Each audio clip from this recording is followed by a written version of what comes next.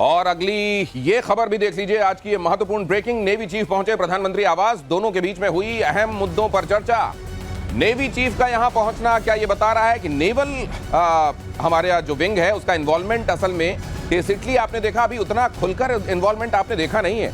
आगे ऑपरेशन सिंदूर अगर ऑनगोइंग है और अभी तो विकराल रूप सामने आना बाकी है भारतीय शौर्य का, तो फिर ये विकराल रूप कैसा हो सकता है और क्या इसमें नेवी की भूमिका महत्वपूर्ण होने वाली है? हमारे साथ जुड़ रहे हैं खास मेहमान और मेजर गौरव आर्या भी पहुंच ही गए, बस वो पहुंचे। एयर वाइस मार्शल पीके श्रीवास्तव मेरे साथ हैं और कर्नल शैलेंद्र मेरे साथ जुड़े हुए हैं। सर, ये लगातार इंडिकेशन भारत की तरफ से उधर कहा जा रहा है उधर से कि 3-3 दिन का सीज फायर मिला हुआ। भारत ने कहा नहीं, जो सीज फायर तय हुआ है वो अभी चल रहा है, ये 3-3 दिन वाला कोई नाटक नहीं है। दूसरा ये भी कह दिया गया है कि ये रुका है थोड़ी देर के लिए, लेकिन आगे जो है बहुत विकराल है। मतलब what is there in waiting sir? विकराल तो बहुत ही विकराल होगा दिनेश, इतना विकराल होगा कि अभी नेवल चीफ आ चुके हैं मैदान जंग में। नेवल चीफ के आते ये होता है कि आपकी टोटल ब्लॉकेज हो सकती है। अगर कराची से करना शुरू किया साउथ से, हाँ। तब तो इनके पास कुछ भी नहीं बचेगा। यही वो कहने की कोशिश हमारे वो कर रहे थे जनरल साहब, टैंक आकाश मिसाइल के सामने खड़े थे। उन्होंने कहा देखिए हम तैयार हैं और हमें आप पे पूरा विश्वास है कि आप विश्वासघात करेंगे, आप कोई चीज मान के नहीं चलते हैं, तो सिखाने के लिए हम तैयार हैं। जो तो आप हमें हाँ। प्रतिशोध जारी रहेगा जब तक आखिरी आतंकवादी जिंदा है। और मेजर गौरव आर्या पूरे दिन ही runs around here and there, आप उनको लगातार व्यस्त पाते हैं। फौज में रहते हुए आप लोग कितना दौड़ते होंगे? मैं तो ये सोचता हूं कि अगर आप अभी इतने व्यस्त हैं मेजर गौरव आर्या। और दूसरी बात, यहां पर मैं अभी इनको ये बता रहा था अपने दर्शकों को कि प्रतिशोध न सिर्फ जारी है, आगे बहुत विकराल है। मतलब जो देखा है उससे कहीं ज्यादा, ये खुद सर्विंग ऑफिसर कह रहे हैं। देखिए, मैं आपको दो बातें बताता हूं जो सर ने अभी बताया ना, नेवी वाला। बात यह है कि कन्वेंशनल जो सुपीरियरिटी है भारत की आर्मी, नेवी, एयरफोर्स में, तीनों में बहुत ज्यादा है, लेकिन ये इतनी विजिबल नहीं है जितनी कि नेवी में विजिबल है, राइट? अगर आर्मी एक्शन करती है, नो डाउट हमारी फौज जो है, लैंड फोर्सेस उनसे बहुत ज्यादा तगड़ी है, पहली बात। दूसरी चीज ये, एयर पावर भी हमारा उनसे बहुत ज्यादा सुपीरियर है, लेकिन ये जो सुपीरियरिटी का गैप है नेवी में बहुत ज्यादा नजर आता है। Whether you talk about nuclear submarines, aircraft carriers, आपके डिस्ट्रॉयर्स हैं, आपके पास जो प्लेटफॉर्म्स हैं वहां पे, ये इतने फिनोमिनल हैं कि पाकिस्तान ने कभी कुछ देखा नहीं है ऐसा। देखा नहीं है ऐसा। तो अगर नेवी का इन्वॉल्वमेंट होता है, फिर राम नाम सत्य है। अगर नेवी इन्वॉल्व हो गई तो इस बार हर हर महादेव जो हमेशा कहते हैं वो नहीं, बल्कि इस बार कह रहे हैं राम नाम सत्य है। तैयारी क्या इस बात की हो रही है? नेवी की सुपीरियरिटी बाकी दोनों विंग्स के मुकाबले और ज्यादा है। वो तो है ही सुपीरियर। ये खास खबर देखिए, पाकिस्तान के टारगेट पर था गोल्डन टेंपल। पाकिस्तानी सेना ने गोल्डन टेंपल पर ये पता नहीं क्या कराना चाह रहे थे इस बार।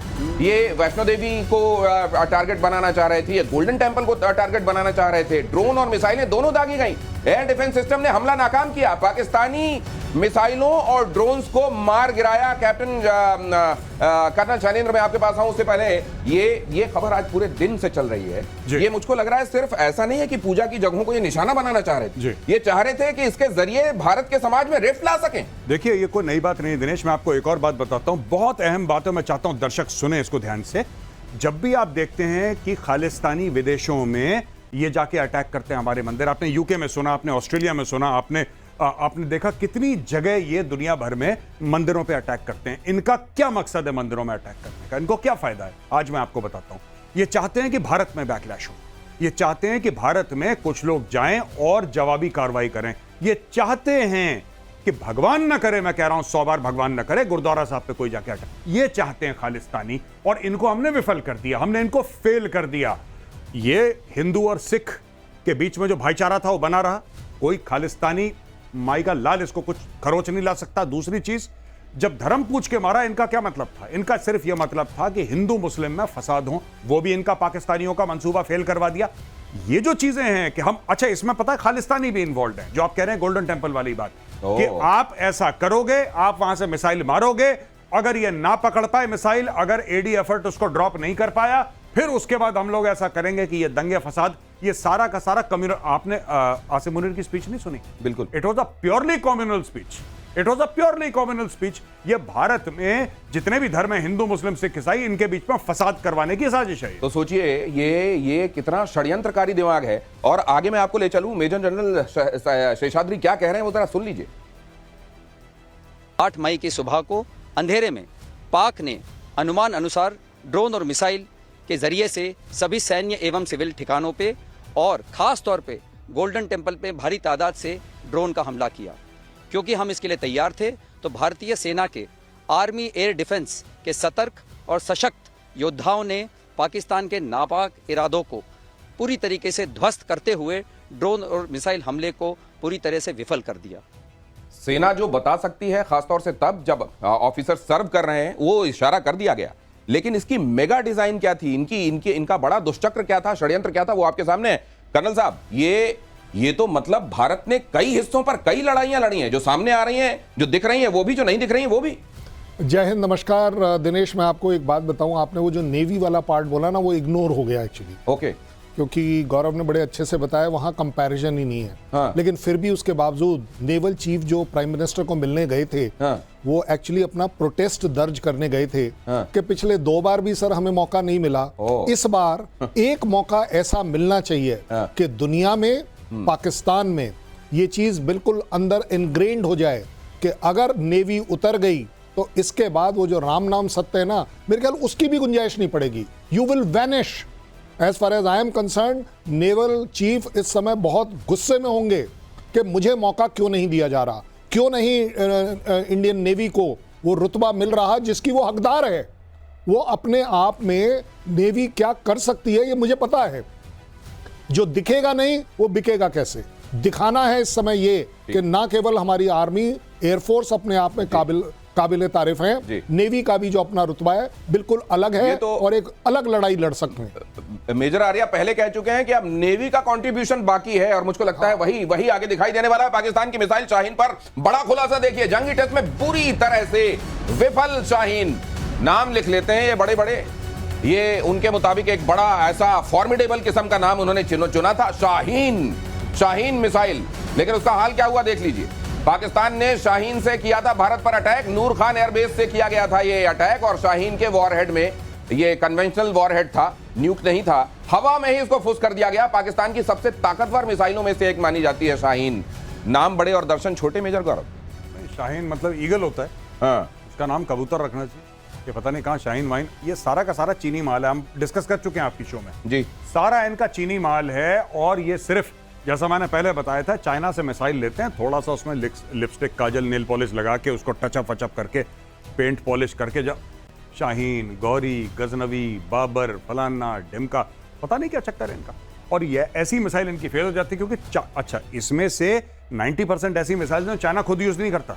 आपको एक बात पता होनी चाहिए, चाइना कहता है सड़ी गली हम नहीं यूज करते, पाकिस्तान को दे दो, क्योंकि पाकिस्तान मुफ्त में मांगता है, पैसे देता नहीं पाकिस्तान। तो अब मुफ्त में जो माल मिलेगा भाई साहब, वो तो वैसे ही मिलेगा। तो ये इसी तरीके के नामों के आगे अफरीदी या ऐसा कुछ जोड़ के अपना नाम भी रख लेते हैं, और इसी तरह के नामों के आगे कुछ जोड़ के ये इस तरह का मिसाइल बना लेते हैं जो चलता नहीं। दिनेश, ऐसा है ना, इनके नाम अगर जाके इनको आप विकिपीडिया में देखें और इनका डिस्क्रिप्शन देखें तो आपको ऐसा लगेगा पत्नी कितनी खतरनाक मिसाइल थी। शाहीन का एक वर्जन थोड़ी ना है, शाहीन 1, शाहीन 2, शाहीन 2A, शाहीन 3। ओ, अब मार कर देंगे हम अंडमान निकोबार तक, वहां तक की बातें करते हैं। लेकिन जो कहा, सारी लाइफ एक्सपायर्ड मिसाइल्स इनको दे दी गई हैं। वॉरहेड लाइफ एक्सपायर्ड है, प्रोपेलेंट्स लाइफ एक्सपायर्ड है, बूस्टर्स लाइफ एक्सपायर्ड है, इलेक्ट्रॉनिक्स तो चलता नहीं है। तो इनको मारने में कोई दिक्कत नहीं हुई। मैं आपको बता दूं, इनको आकाश ने ही मार दिया। कहने को ये कोई सुपरसोनिक है, कोई सबसोनिक है, तरह तरह के हैं, और इतना नाम ऐसा फैला हुआ है, ऐसे कहते हैं ना, ये देखिए बात का आतंक, बात का आतंक, काम में कुछ नहीं। ये बतौलेबाजी बहुत काम नहीं आती है। बड़े बड़े नाम ये देख लीजिए, ब्रह्मोस एक नाम ऐसा जो वहां पर तबाही मचाकर आ गया और वहां की शाहीन की धज्जियां उड़ गई। जंगी टेस्ट में चीन के हथियार कंप्लीटली फेल दिखाई दिए। एयर डिफेंस सिस्टम से मिसाइल तक तमाम जो इनके पास जितनी चीजें थी, अच्छी बात यह है कि सब कुछ इन्होंने सामने रख दिया। कुछ ऐसा नहीं है जब इनके पास, और कहते हैं दबी जुबान की न्यूक की भी हकीकत सामने आ गई है। चाइनीज फाइटर जेट भी तबाह हो गए हैं और पाकिस्तान ने किया था चीनी हथियार का इस्तेमाल। 82% हथियार, 82%। देखिए इनका ये कितने आत्मनिर्भर हैं, कितने सेल्फ रिलायंट हैं, ये भी देख लीजिए। 82% हथियार चीन से मंगाए जाते हैं पाकिस्तान में, और जब वो मंगाए जाते हैं और टाइम आता है तो वो कैसे साबित होते हैं ये भी आप देख लीजिए। ये कर्नल साहब, ये इनको भी पता होगा कि हमारी जो बंद मुट्ठी है जिस दिन खुलेगी 2 कौड़ी की हो जाएगी, लेकिन उसके बावजूद ये मुट्ठियां खोलते क्यों हैं? देखिए, चाइनीज इक्विपमेंट को कभी भी अंडर एस्टिमेट मत करिएगा। ऑन अ सीरियस नोट, ज़्यादा बड़ी बात यह है कि वो बड़े रिलायबली, इसीलिए बोला जाता है कि चाइनीज मटेरियल मत खरीदो।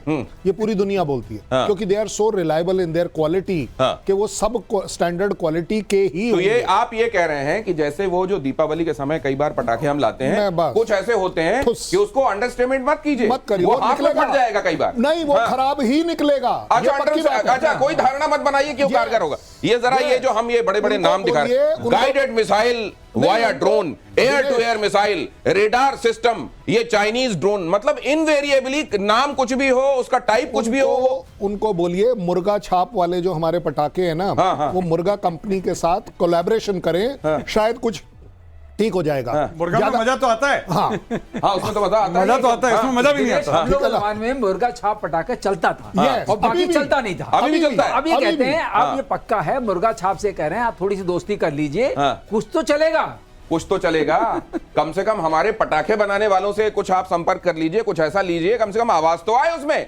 चीन के सारे एयर डिफेंस सिस्टम फेल हो गए हैं। नाम इनके भी देखिए, HQ-9, पता नहीं कौन सा हेडक्वार्टर 9 टाइप का, HQ-9, HQ-16, LY-80, ये नाम देखिए जरा। उसी तरह से शाहीन जैसे आप सुन रहे हैं, सबके सब विफल। भारतीय मिसाइलों को नहीं कर पाया इंटरसेप्ट। ADS को चकमा देकर रणनीतिक ठिकानों पर अटैक किया गया। चीनी नागरिकों ने सोशल मीडिया पर आलोचना की और पाकिस्तान की संचालन क्षमता पर सवाल उठा दिए। कह दिया कि भाई साहब ये सही से माचिस जला के वहां बत्ती पे, जहां बत्ती निकली रहती है पटाखे, वहां लगा नहीं रहे, इसलिए फूट नहीं रहा है। सील गए होंगे, हो सकता है इन्होंने कहीं ऐसी जगह रख दिया जहां डैम्प हो। भाई साहब ये बहाने क्यों बना रहे हो? हालांकि ये कहा जाता है मेजर गौरव जी। कि अब ग्रेजुअली चाइना, जिसको ये कहा जाता था कि रिवर्स इंजीनियरिंग का मास्टर है, जी। अब उसने अपनी इंजीनियरिंग को बहुत आगे बढ़ा लिया और इसीलिए दुनिया भर में जो आईपीज हैं, जी। वो आईपी अब चाइना के भी बहुत काउंट होने लगे हैं। जी। लेकिन क्या ये इनकी पोल नहीं खोल रहा है कि इनकी आईपी भी बड़ा सवालों के घेरे में होगी? नहीं, दो चीजें मैं आपको बताता हूं। जो माल मिलता है ना चाइना में, बहुत अच्छी क्वालिटी का भी माल मिलता है। जैसे कि एप्पल आईफोन है, वो चाइना में पहले, अब इंडिया में भी बनना शुरू हो गया। लेकिन चाइना, देखिए चाइना जो एक्सपायरी डेट की चीजें, वो सर बता रहे थे अभी, दैट इज एक्चुअली, अब पाकिस्तान मोटे पैसे तो दे नहीं सकता चाइना को। पाकिस्तान क्या देगा? जब चाइना हथियार बेचेगा, ये ड्रैगन शेर कुत्ता जो भी बना रखा है स्क्रीन में, जब ये इतने भारी भरकम हथियार बेचेगा तो भारी भरकम पैसा मांगेगा। पैसा है नहीं उसके पास, तो हर एक चीज की मियाद होती है। आप कभी सॉस की बोतल लेते हैं, सबसे पहले आप ये देखते हैं कि भाई एक्सपायरी तो नहीं हो गई है। एक्सपायरी अगर हो गई है तो चाइना वही चीज करता है कि जो एम्यूनेशन या जो प्लेटफॉर्म एक्सपायर होने वाला होता है या होने के बिल्कुल नजदीक होता है, वो बेच देता है। नहीं तो आप ये बताइए ना, एक तो जो है ये पहुंचते हैं साप्ताहिक, जो वीकली मार्केट लगता है ना कई जगहों पर, सप्ताह में एक दिन, मंगल बाजार, बुध बाजार, शनि बाजार, और वहां जब 5 रुपए के सारे बैंगन ले जाओ, 5 रुपए की सारे खीरे ले जाओ वाला जब बाजार पहुंच जाता है, तब ये खरीद के लाते हैं। और खरीद के भी क्या लाते हैं, उनको दे दिया जाता है, कहते हैं अगले मार्केट हम 5 रुपए आपको दे देंगे। उधार में ही चल रहा है, आज तक उधार किसी का दिया नहीं, तो भाई साहब ऐसे ही मिलेगा ना माल। चीन की मिसाइल भी खुद साबित हुई, एयर टू एयर मिसाइल बीच में ही fail, air to surface missile भी बुरी तरह। अरे air to air, air to surface, ये जो नाम आप सुनते हैं, ये जो मिलिट्री लिंगो आप सुनते हैं, अरे भाई है तो वही बना हुआ ना आपके पास, कुछ भी चलाएं आप, लक्ष्य को भेदे बगैर ध्वस्त हो गई इनकी मिसाइलें। अब ये जो इस बार ये हम सामने दिखा भी रहे हैं, खासतौर से PL-15 भारत में पड़ी हुई मिली खेत के किसानों को। उन्होंने कहा भाई साहब ये क्या है हमारे खेत में? सर ने उस दिन बताया था, हाँ, कर्नल शैलेंद्र सर ने कल बताया नहीं था उस दिन आपको कि बीच में टूटी थी वो, बिल्कुल वो ब्लैंक हो गई थी। नहीं, आप उसे अभी भी इवैल्यूएट कर लीजिए। देखिए, मैं आप सबसे रिक्वेस्ट करूंगा, सिर्फ चाइना नहीं, the man behind the machine जो पाकिस्तान है ना, उसकी भी तो बात कर लीजिए। जो चीज चलानी नहीं आई, वो जो मिली थी, उसमें आपने देखा फर्क क्या था? उसके आगे फ्यूज नहीं था। अब भाई फ्यूज तो आपको लगाना पड़ेगा ना। भाई लोग लगाना भूल गए। अच्छा, फ्यूज लगाए बगैर? वही तो कह रहे हैं सर। आप अभी भी निकाल के देख लो, आप फोटो देख लो। एक और बात है, सबसे बड़ी बात फुस वाली बात जो हो रही थी, उसको मैं आगे जोड़ता हूं। आपको हास्यास्पद लगेगी लेकिन वही सही है। मिसाइल में जो भरा हुआ था प्रोपेलेंट और बूस्टर होता है, उसका प्रोपेलेंट होता है, उसको लेके जाता है। उसकी पता नहीं क्या स्टेज थी कि बीच ही मिसाइल गिर गई। सर, अब ये इसकी एश्योर्ड रेंज 150 किलोमीटर है, एयर टू एयर। ये तो रास्ते में पकड़ी गई और इसके दम पे ये रफाल की बात है। तो सर मैं दूसरी बात जानना चाह रहा हूं, इसमें ये भी कहा जा रहा है कि इसका डेटा मंगाया जा रहा है। अब इसका डेटा, ये जब मिसाइल निकलती है शायद कहीं पर कंजर्व होता है और वो डेटा मांगा जा रहा है। इससे क्या पता चलेगा कि ये मिसाइल कहां से निकली, किधर जा रही थी? मैं इस फील्ड में बहुत रहा हूं, मुझे बूस्टर, प्रोपेलेंट्स और रॉकेटरी का बड़ा अंदाजा है। मैं आपको बता रहा हूं, इसका प्रोपेलेंट जो है खत्म हो गया। बर्न रेट जो होनी चाहिए वो थी ही नहीं, और उसने वो गति इसको बोलते हैं, वो स्पीड पकड़ी ही नहीं, थ्रस्ट नहीं मिला इसको, थ्रस्ट नहीं मिला। और जब प्रोपेलेंट खराब है तो रास्ते बेचारी गिर गई। और सामने कोई टारगेट तो नजर नहीं आया, क्योंकि मार दिया ऐसे ही, मैन बिहाइंड द मशीन। ओह, अब आपने एक्वायर किया नहीं, कुछ किया नहीं, अब मिसाइल के ऊपर हम लोग चढ़ गए, अब हमारे सामने आ गई। अब ये मिसाइल जो 2 टुकड़े में पड़ी हुई है, जो कर्नल कह रहे हैं कि शैलेंद्र की शायद उसमें फ्यूज भी नहीं लगा है, अब बताइए किस काम की है? तो फिर वो क्या बेचारे बुरा करते हैं जो इनके यहाँ पे रिक्शे को फाइटर जेट बना लेते हैं, या वो कार्डबोर्ड का एक फाइटर जेट बना के लेके दौड़ जाते हैं और नीचे गिर जाते। इससे बड़ा फेलियर हो नहीं सकता। तो ये तो आर्मी को बोलेंगे हमारा वो कार्डबोर्ड वाला अच्छा है, कम से कम वो मालूम है कि नकली। पर एक बात आपको माननी पड़ेगी, पाकिस्तान जैसा प्रोपेगेंडा में कोई देश नहीं है। मैं आपको बताता हूं, इतनी बड़ी चीज इन्होंने करी है, इन्होंने मार खाई खुद पाकिस्तानियों ने। अगर कोई पाकिस्तानी ये प्रोग्राम देख रहा है तो मैं आपसे चाहता हूं कि अगर दिमाग बचा कुछ आए तो सोचो। देखो, हमने मारा पाकिस्तान को, जब हमने मारा पाकिस्तान को, आप लोगों ने खुद अपने फोन से वीडियो बना के इंस्टाग्राम पे डाले, फेसबुक पे डाले, यूट्यूब लाइव करा, आपने करा कि नहीं करा? अब इतना पिटने के बाद जिसकी प्रूफ आपने दी कि हाँ साहब, बहावलपुर से लेकर साहब मुरीद केक से लेकर इस्लामाबाद, पता नहीं कहां, मुझे नाम भी भूल गया, बुलारी सब, जब नूर खान साहब फ्लैट कर दिया, उसके बाद अचानक घोषणा होती है कि हम जीत गए। अच्छा, कोई उसका स्टेप 1 स्टेप 2 नहीं, सीधा जीत गए। बच्चा पैदा हुआ, अरे इसको पीएचडी मिल गया। कल पैदा हुआ था बच्चा, आज पीएचडी हो गया। वो डॉक्टर अपने नाम के सामने डॉक्टर लिखेगा बच्चा, वो पीएचडी हो। अब मुझे यही समझ में नहीं आ रहा इसका लॉजिक क्या है। आप खुद देखिए ना दिनेश, जब हम थे स्टूडियो में उस दिन और हम सारे लोग थे, तो वहां पे बड़ी बड़े स्क्रीन पे दिखा रहे थे और पाकिस्तानी खुद कह रहे थे, या अल्लाह ये देखो ये मिसाइल गई इंडिया की। वो लाइव दिखा रहा है, वो फोटो खींच रहा है, वीडियो बना रहा है, वो कह रहा है ये मिसाइल गई, ये लोग मार दिए, ये लोग मार दिया, हाहाकार हो रहा है। अचानक एक दिन ऐसा होता है कि ये जीत गए। अच्छा, सबसे बढ़िया बात ये देखना, भी छुट्टी डिक्लेयर करेंगे एक दिन, आप देख लेना, ये छुट्टी डिक्लेयर करेंगे पाकिस्तानी और जश्न मनाएंगे और अपनी आने वाली पीढ़ियों को बताएंगे कि इंडिया का अटैक आया था और हम जीत गए।